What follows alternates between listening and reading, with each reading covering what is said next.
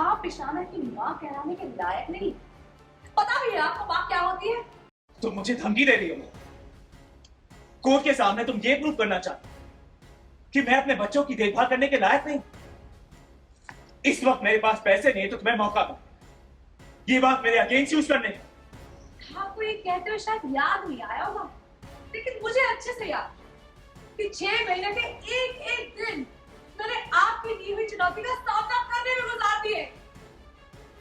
आपने जब मुझे इस घर से निकाला था, मेरे बच्चे छीने थे मुझसे, तब मुझसे तो यही पूछा था कि क्या है तुम्हारे पास, बच्चे को कहाँ रखोगी? हाँ, तब सचमुच मेरे पास कुछ नहीं था, लेकिन आज मैंने अपने आप को इतना काबिल बना लिया कि मेरे बच्चे मेरे पास दुनिया की सारी सुविधा के साथ रह सकते हैं। आप इशारा की माँ कहलाने के बिल्कुल भी लायक नहीं है। पता भी है माँ क्या होती है? जब एक चिड़िया के बच्चे उड़ना सीखते हैं, तब उनके आगे पीछे हर पल की माँ होती है। जब बच्चे गिरते हैं ना, तो बचाती है, संभल कर फिर उड़ना सिखाती है, और जब तक वो पूरी तरह से उड़ नहीं जाते, तब तक वो निश्चित नहीं होती। लेकिन आपको तो लगता है इशारा की कोई चिंता ही नहीं है। मगर ये सब बातें अभी मत करो। क्यों ना बोलूं? आप नहीं बोलोगी तो कब बोलूंगी?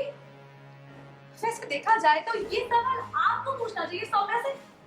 उस दिन आपने मुझे तो बड़े मजे से कह दिया था कि इशारा का सब कुछ सौम्या देखती, तो अब सौम्या जवाब देने से क्यों कतरा रही है? और इनकी छोड़िए, मैं आपसे पूछती हूँ, मैंने अपने बच्चों को आपके पास छोड़ा था कि आप जिम्मेदारी निभाएंगे।